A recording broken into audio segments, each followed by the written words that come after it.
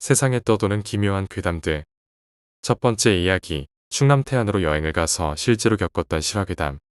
한참 개가 쏟아지는 연애를 하던 시절, 외삼촌과 외숙모가 함께 여행을 갔대. 외숙모네 집은 매우 엄격해서 외박이 절대 불가였는데, 피 끓는 청춘이었던 두 분이 치밀하게 작전을 짜서 절대 빠질 수 없는 회사 단합대회라고 거짓말을 한 거야. 회사 공문까지 위조해서 말이야. 결국 몇 주간의 걸친 물밑 작업의 성공으로 외삼촌과 외숙모는 무사히 여행을 갈 수 있었대. 우리 큰 외삼촌은 차를 엄청 애지중지하거든. 그건 지금도 마찬가지라. 큰 외삼촌 차를 타게 되면 꼭 신발을 털고 타야 해. 그래서 난 안 타지. 암튼 그런 큰 외삼촌의 애마를 빌다시피 해서 빌리고 목적지를 서해 어디쯤에 바닷가로 정하고 출발을 하게 된 거야. 회사에 휴가까지 내고 두 분이서 처음으로 1박 2일 여행을 떠나게 된 거지.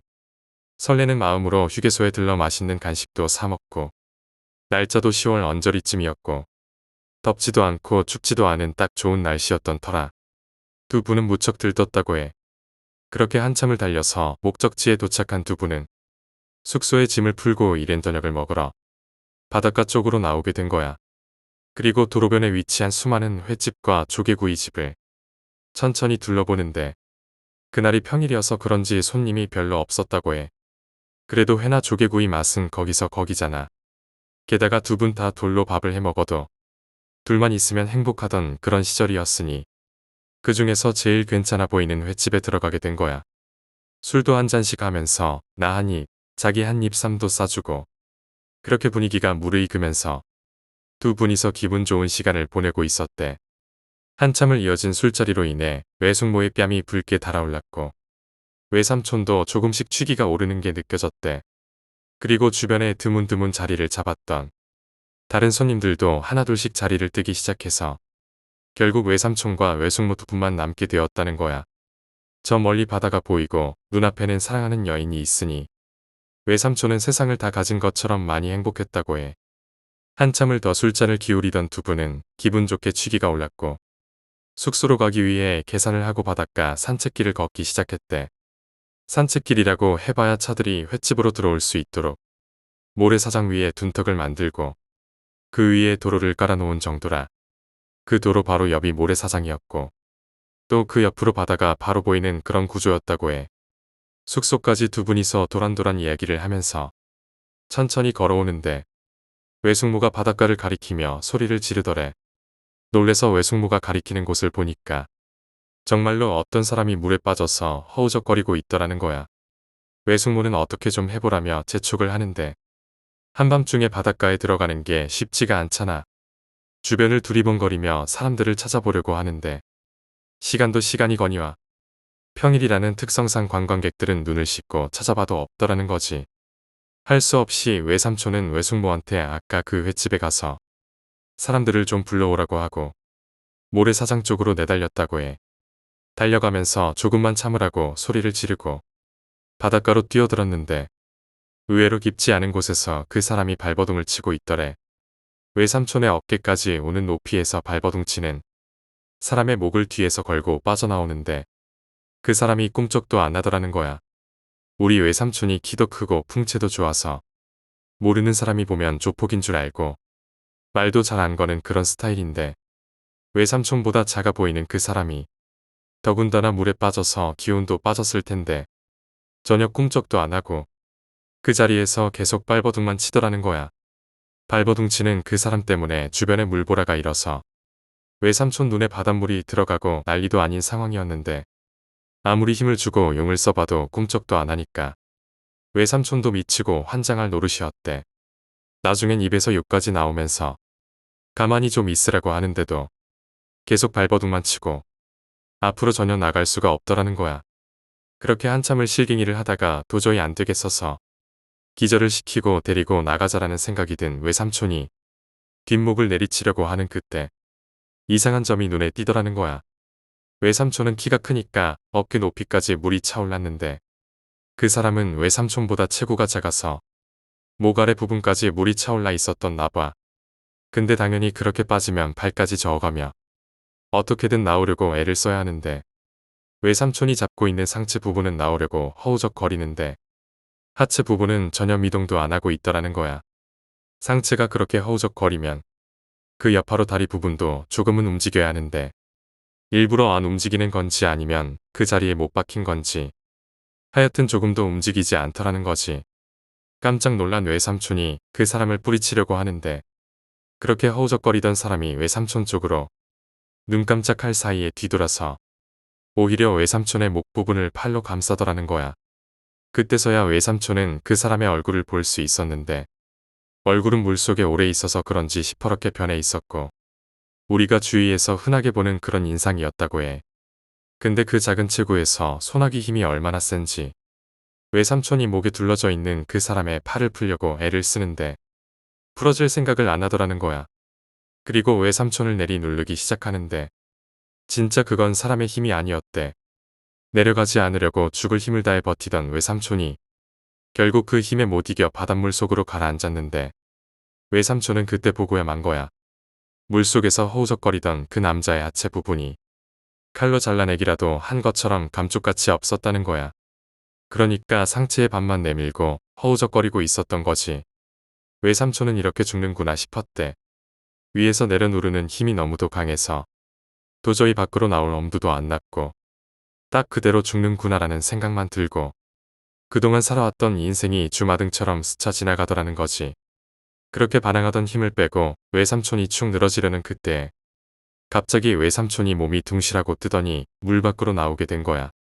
그리고 누군가가 외삼촌의 양뺨을 불이 나도록 세게 쳤는데 실신할 것 같은 그 와중에도 너무 아파서 정신이 확 들더라는 거야. 그렇게 눈을 떠서 보니까 아까 봤던 횟집 주인 아저씨가 외삼촌을 마구 흔들고 있었고 외숙모는 거기까지 들어오지는 못하고 조금 멀리 떨어져서 눈물, 콧물 범벅이 되어 있더라는 거야. 그리고 횟집 사장이 외삼촌을 없다시피 해서 모래사장으로 겨우겨우 끌고 나왔는데 그때까지 울고 있는 외숙모가 도대체 뭐하는 짓이냐고 울면서 소리를 지르더래. 머리를 몇 번 흔들고 정신을 차린 외삼촌이 어리둥절한 표정으로 외숙모를 보니까 저기 좀 보라며 왜 저걸 붙잡고 그러고 있냐고 하더래. 외삼촌의 시선이 자연스레 외숙모가 가리킨 곳을 쳐다보니까 웬 통나무 하나가 바닷물에 둥둥 떠 있더라는 거야. 그 통나무 가지 끝에 흰색 천 같은 게 매달려 있었는데 횟집 사람들을 부르러 간 외숙모가 달려와서 보니 외삼촌이 그걸 붙잡고 씨름을 하다가 바닷물 밑으로 가라앉고 있더라는 거야. 그리고 놀란 횟집 사장이 바다로 뛰어들어서 외삼촌을 구해낸 거고 분명 외삼촌은 사람의 얼굴을 바로 앞에서 똑똑히 봤는데 귀신이 곡할 노릇이었던 거지. 외삼촌을 구해준 횟집 사장은 투덜거리면서 바닷물의 한 지점을 너무 오랫동안 보고 있지 말라고 바닷가에 사는 사람들에게는 금기 같은 거라고 툴툴거리며 그 소리를 하고 사라지셨대. 한참 동안을 모래사장에서 멍하게 있던 외삼촌은 울고 있는 외숙모를 달래서 숙소로 돌아가야겠다는 생각을 했대. 물속에 너무 오래 있어서 체온이 떨어지기 시작했고 더 이상 그 바닷가에 한시도 있고 싶지 않았다고 해.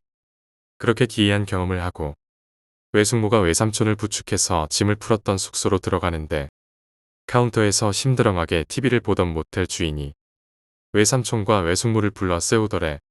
그러더니 하는 말이 알만한 분들이 왜 그래요. 혼숙은 안 돼요. 이러더라는 거야. 아까 전에 짐을 풀고 나갈 땐 즐거운 여행이 되라며 웃어주던 주인이 인상을 쓰면서 그 말을 하더라는 거지.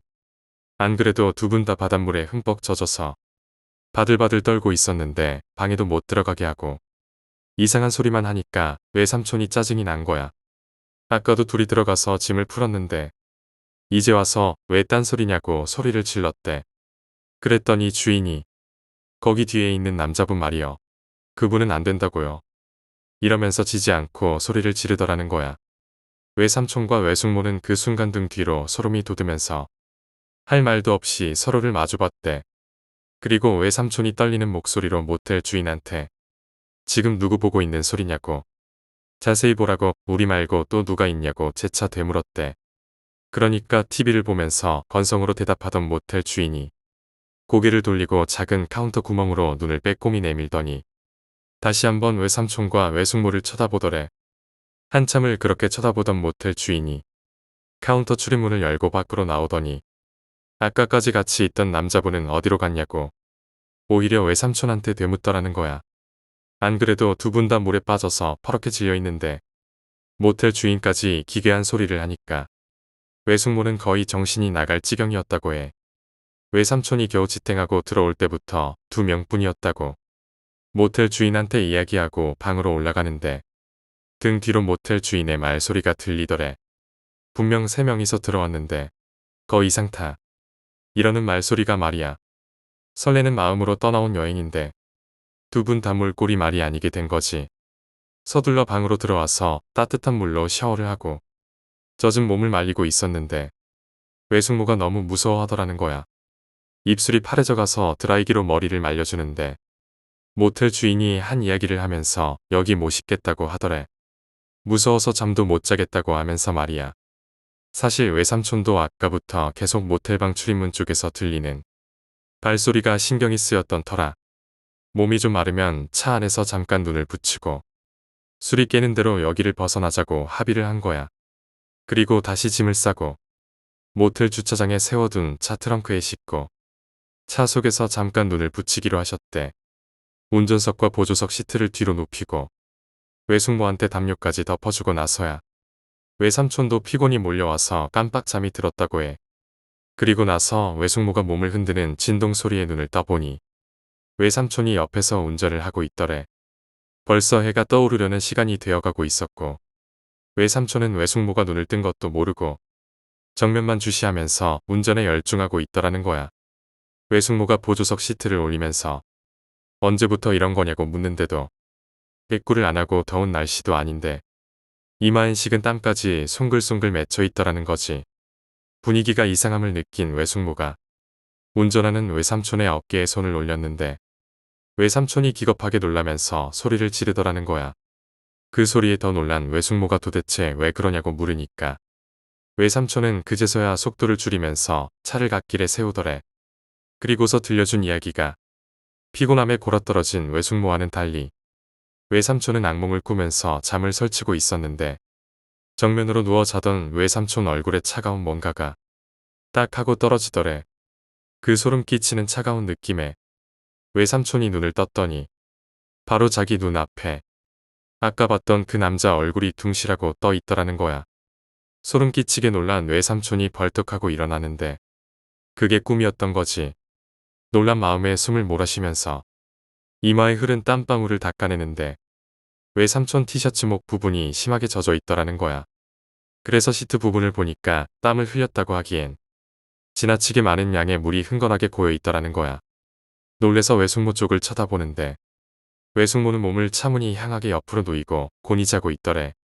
그리고 시선을 다시 돌리는데 자동차 사이드미러에 웬 남자가 얼굴을 처박듯이 들이밀고 있더라는 거야. 선팅된 자동차 안에서는 그 사람의 옆모습만 보였는데 사이드미러에 비춰진 그 모습이 아까 봤던 그 남자의 모습과 너무나도 비슷하더라는 거지. 외삼촌은 왜 그랬는지 모르겠는데 순간적으로 핸들에 얼굴을 쳐박았대. 그 남자와 눈을 마주치면 안 되겠다는 생각이 들더라는 거야. 그리고 고개만 살짝 돌려서 그 남자를 쳐다보는데 사이드미러에 한참 동안 얼굴을 쳐박고 있던 그 남자가 갑자기 고개를 외삼촌 쪽으로 돌리더니 이번에 선팅된 차 유리에 얼굴을 미친 듯이 들이대더라는 거야. 마치 누군가를 찾는 것처럼 말이야.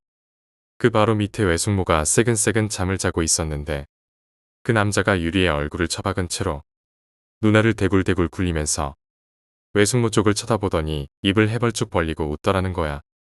그 모습에 깜짝 놀란 삼촌이 정신을 차리고 앞뒤 볼 것 없이 차를 빼서 그 길로 내달린 거고 그 후로 무서워서 사이드미러는 쳐다보지도 못하고 정면만 보고 운전을 하기 시작한 거야. 이야기를 마친 외삼촌의 이마에는 그때까지도 식은 땀이 맺혀 있었다고 해. 해가 완전히 뜨고 나서야 외삼촌은 다시 운전대를 잡을 수 있었고 두 분의 여행은 허무하게 마무리가 되었지. 근데 공포심이 서로를 엮어준 건지 뭔지는 모르겠는데 외삼촌은 그때 외숙모가 구해주지 않았다면 이름 없는 바닷가에 물귀신이 되었을 거라고 실없는 농담도 하고 외숙모는 다 큰 남자가 그렇게 벌벌 떠는 모습이 귀엽다고 하는 걸 보면 천생연분은 맞지 싶어. 결국 즐거운 마음에 시작된 여행은 공포로 마무리가 되었고 두 분이 겪은 일은 아직까지도 풀리지 않는 미스테리로 남았어.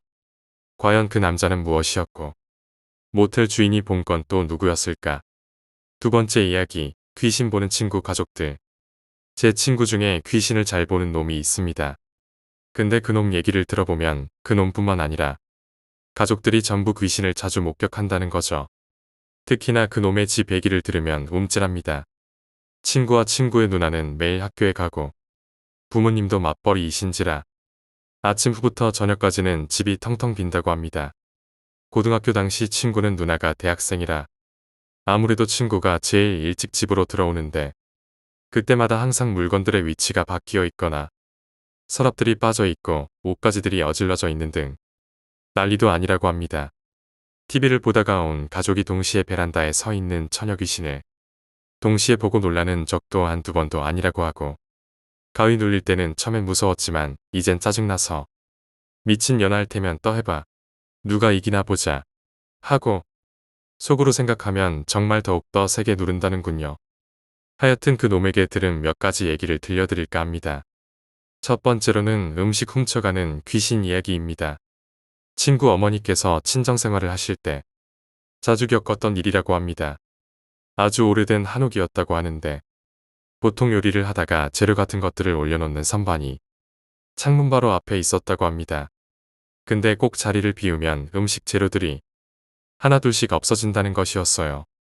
근데 어느 날은 잠시 뭐 좀 가지러 창고에 갔다 오는 사이에 창문으로 음식을 가져가는 손을 보신 겁니다. 누군지 잡아내려고 바로 달려가서 내다본 순간 친구 어머니는 놀라셔서 뒤로 넘어지셨다네요.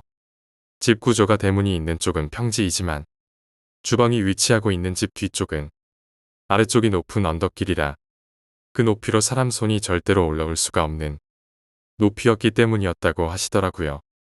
시어머니께 얘기하니 저승에 못 올라가고 떠도는 불쌍한 사람들이니 그냥 모른 채 하라고 하셨다더군요. 두 번째로는 정체불명의 눈이 큰 귀신 이야기입니다. 친구의 외삼촌께선 독실한 기독교 신자라고 하십니다. 그날도 여느 때와 같이 새벽 기도를 드리려고 일찍 교회로 길을 나섰다고 하시는데 겨울이라 날이 무척 어두웠다고 합니다. 날씨도 추웠고 말이죠. 그래서 옷을 단단히 입고 나가셨는데 교회까지 가면서 뭔가 정말 오싹한 기분이 들어서 뒤를 돌아봤더니 시커먼 무엇인가가 계속 따라오더랍니다.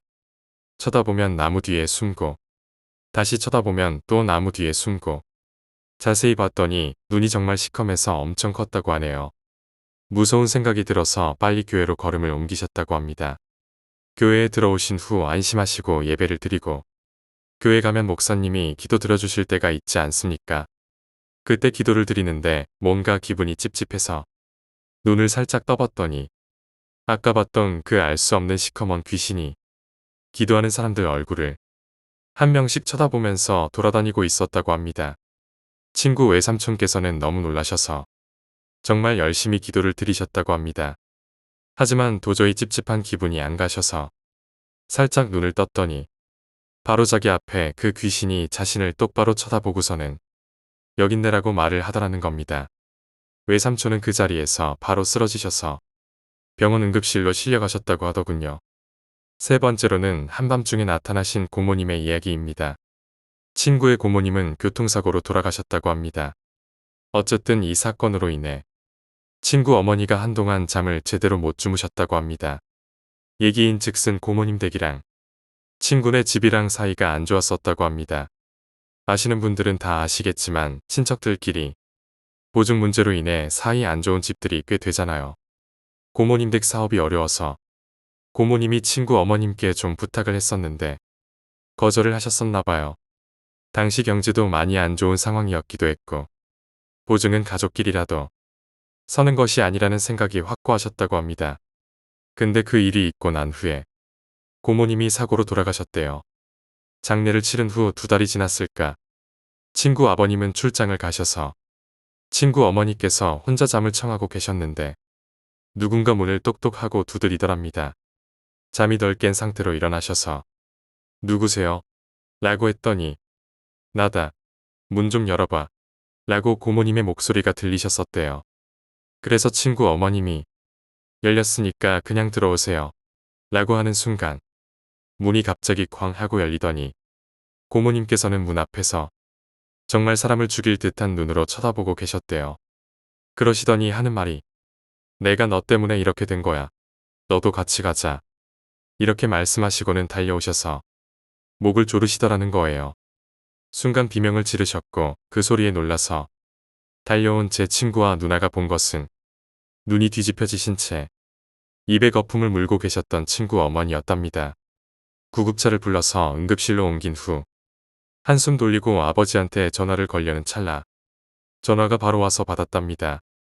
엄마한테 무슨 일 없냐고 말이죠. 엄마가 지금 갑자기 발작 상태가 오셔서 응급실이라고 지금 빨리 오시라고 했더니 하시는 말씀이 친구 아버님의 꿈에 고모님이 나타나시더니 너한텐 정말 미안하지만 네 안 사람 좀 같이 데려가야겠다. 나 이대로는 혼자 외로워서 강을 혼자 못 건넌다.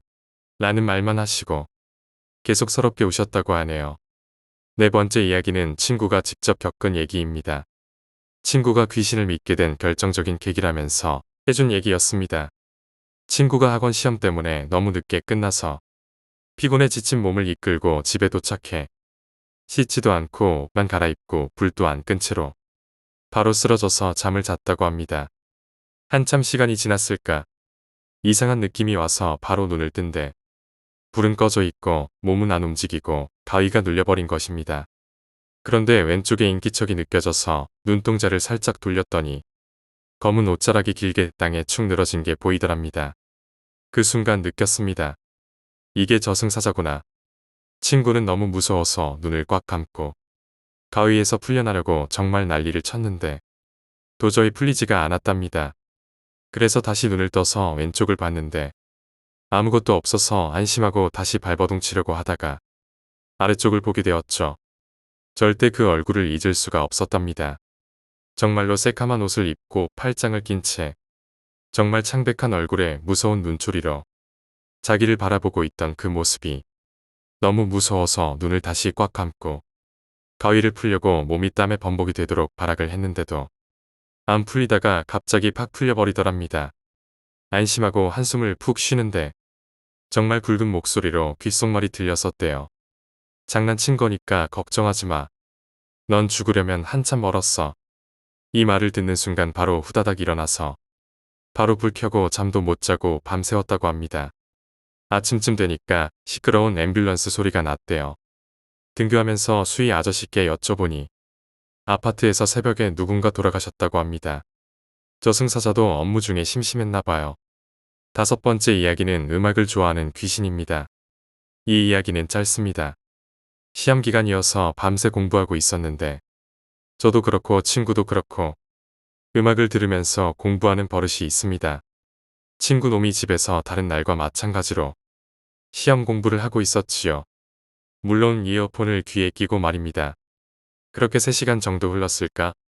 시간도 늦었고 내일 컨디션을 위해서 잠을 자두는 것도 필요하니까 자려고 귀에서 이어폰을 뽑는 순간 들리는 한마디가 있었습니다. 듣고 있어. 끄지 마. 제 친구는 그날도 잠 못 잤습니다. 아침에 깡한 눈으로 학교에 와서 이 얘기를 해주던 기억이 나는군요. 세 번째 이야기, 일본의 심령장소 괴담. 이 이야기는 이전 내가 여행지에서 겪은 일이다. 애년 어느 온천에 차를 타고 2박 3일짜리 여행을 갔었다. 가는 도중 숲의 거인 백선이라고 써진 간판이 나타났다. 아무래도 전국 구규림에 있는 나무 중 배기 안에 들어가는 거목이 있는 듯했다. 딱히 거목에 대한 흥미가 있는 건 아니었지만 왠지 모르게 신경이 쓰였다. 나는 빨려 들어가듯 그 자리에 차를 세웠다. 차 뒷좌석에 아내와 아이를 두고 혼자 잠시 보러 나섰다. 입구에는 거목에 관한 정보가 조금 기재되어 있었다. 그걸 보고 시선을 돌려 초록색 융단같이 펼쳐진 길을 따라 올라갔다. 몇 굽이 돌아 500m 정도 나아가자 거목이 있는 곳을 알리는 표지판이 하나 덜렁 있었다. 그 앞으로 펼쳐진 길은 폭이 50cm 정도뿐인데다 잡초투성이라 근래 사람이 지나다닌 흔적이 거의 없었다. 이런 좁은 길로 가야 하는 건가? 그날은 날씨도 우중충하고 시간도 어느새 저녁 무렵이었기에 주변은 어둑어둑했다. 하지만 기왕 여기까지 온 거 끝까지 가보자는 생각에 나는 잠시 망설이다 다시 길을 올랐다. 곰이 나온다는 관광 안내소에서 들었던 말이 떠올라 조금 쫄아. 막대기를 주워 적당히 소리를 내며 나아간다. 잠시 후 땀이 뻘뻘 나면서도 어떻게든 거목까지 다다를 수 있었다. 이게 100개 안에 들어가는 나무인가 하는 생각을 하며 서서히 다가간다. 비석이 하나 있었는데 1000년이 넘었다는 게 눈에 들어왔다. 그 순간 갑자기 덜컹하는 소리가 멀리서 울려 퍼졌다. 아까 전까지 내가 곰을 쫓으려 여기저기 두들기던 소리와 비슷하지만 더 강한 소리였다. 나 말고도 누가 이 숲에 있는 건가? 순간 그렇게 생각했다. 하지만 소리가 들려온 방향은 지금 내가 온 길 쪽이 아니었다. 다시 덜컹하고 소리가 들려온다. 어느 방향에서 들려온 것인지 더 확실히 알 수 있었다. 거목 너머 반대쪽 방향이다. 하지만 슬쩍 봐도 거목 뒤쪽은 막다른 길이라 그 이상 사람이 들어갈 수 없는 공간이었다. 어둡고 깊은 숲이 계속 펼쳐져 있을 뿐 우물우물하는 사이 또 소리가 들려온다. 하지만 이번에는 방금 전과 또 다른 방향에서 들려온 듯했다. 그 소리는 마치 처음 들렸던 소리의 호응이라도 하는 것처럼 아무도 없는 숲에 메아리 쳤다. 소리의 여운이 사라져갈 무렵 지금까지 소리가 들려왔던 곳들과는 다른 곳에서 또 덜컹하고 소리가 들려왔다. 주변은 순식간에 어두워졌다. 습기 찬 흙에서 올라오는 안개가 더 자욱해졌다. 금방 막 올라온 길인데 갑자기 싹 사라지는 것 같은 착각이 들어 나는 뒷걸음질 쳤다. 가만히 귀를 기울였다. 무슨 신호 같은 것일까? 하지만 그 나무를 두드리는 것 같은 소리는 하나 들리면 다른 장소에서 또 하나가 들려왔다. 그게 끝났다고 생각하면 또 다른 곳에서 소리가 들려와 계속 멈추지 않고 소리가 들렸다. 나는 문득 깨달았다. 그 소리가 나를 향해 점점 거리를 좁혀오고 있다는 것을 말이다. 숲 입구부터 여기까지 1km는 좋게 떨어져 있었다. 지금부터 서둘러 돌아가도 차가 있는 곳까지 갈 무렵에는 완전히 어두워져 버리겠지. 왜 이런 시간에 여기 왔는지 후회하며 나는 소름이 끼치고 식은땀이 흐르는 걸 느꼈다. 소리는 더욱 더 범위를 좁혀 내게 다가온다. 만약 소리를 내는 게 사람이라고 해도 5-6명 정도가 아닌 듯 했다.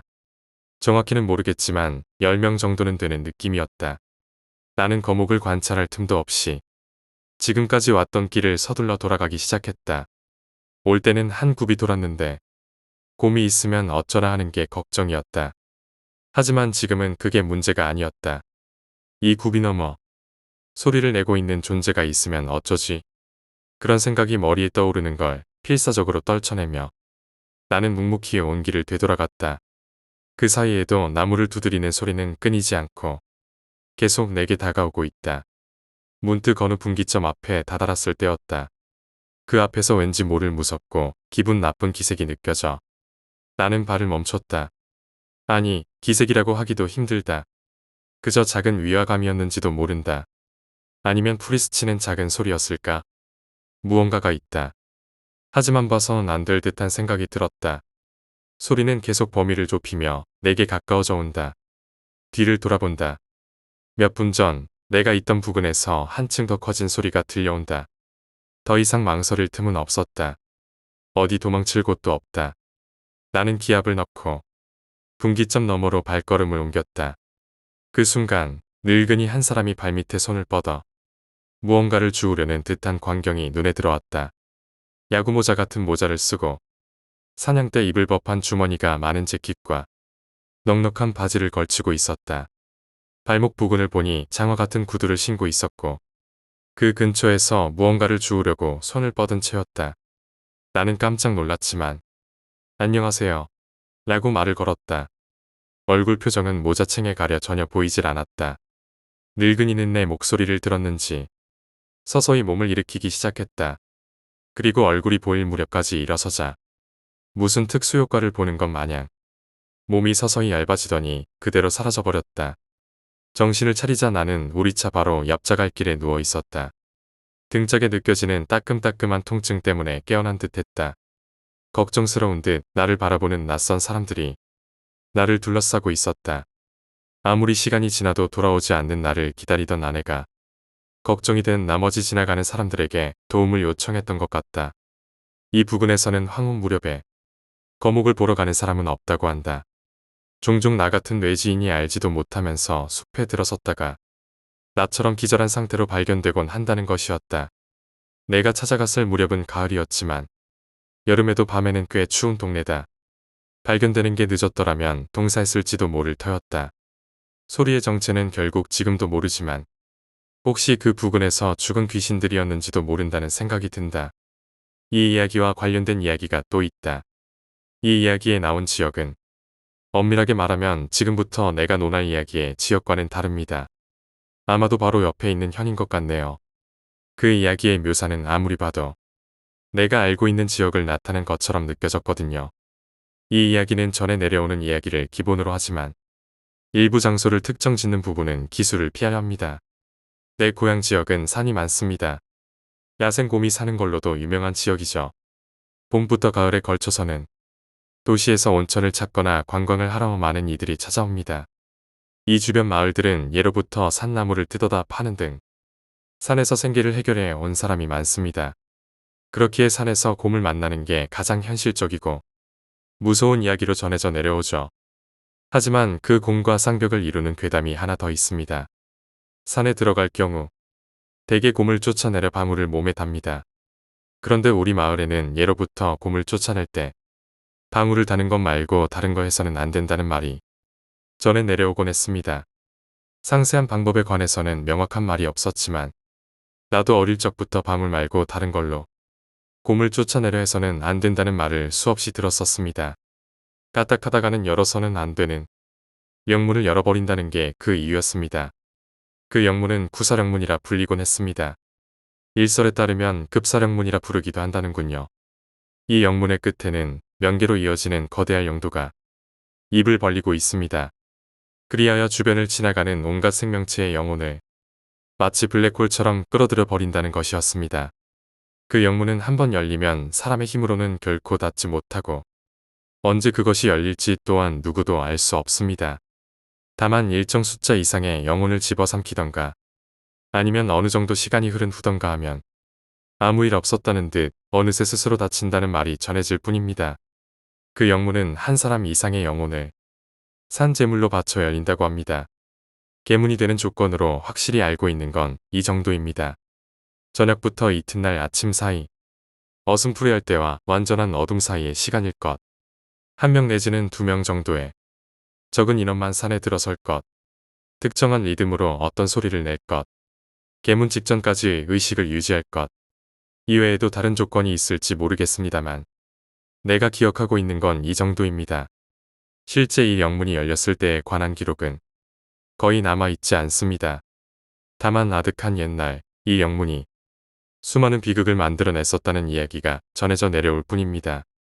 또 만약 그 구사령문이 열렸다고 해도 낮이나 밝을 때에는 딱히 문제가 일어나지 않는다고 합니다. 즉 어슴푸레해지면 영도가 입을 열고 밝아지면 영도가 일시적으로 막힌다는 거지요. 구사령문이라는 이름의 유래는 8명의 사람과 1명의 문지기에 의해 열리는 영문 때문이라는 설이 있습니다. 입사는 사람이 조건들을 모두 채운 후 어떤 리듬으로 소리를 울리는 게 시작입니다. 그러면 그 사람을 둘러싼 8방향에서 순서대로 어떤 대답이 돌아온다고 합니다. 처음에는 멀리서 둘러싸듯 들려오는 그 대답은 서서히 좁혀 들어와 결국에는 그 정체가 보일 만큼 가까워집니다. 그리고 문이 열린 영도와 안쪽의 시선을 뺏기면 그 순간 마지막 사령인 문지기가 그 사람을 습격합니다. 그 영혼을 산 제물 삼아 영문이 열리게 되는 것입니다. 솔직히 말해 나는 태어나서 단 한 번도 귀신 같은 건 본 적이 없었기에 그 이야기는 전혀 믿지 않았었습니다.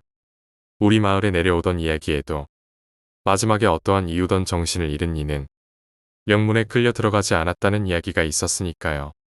만약 그 구사령문이 열렸다고 하면 그리고 그 이후 아무것도 모르고 산에 발을 들여놓은 사람들이 희생당한 건 아닐까 생각하면 소름이 끼쳐 가만히 있을 수가 없습니다.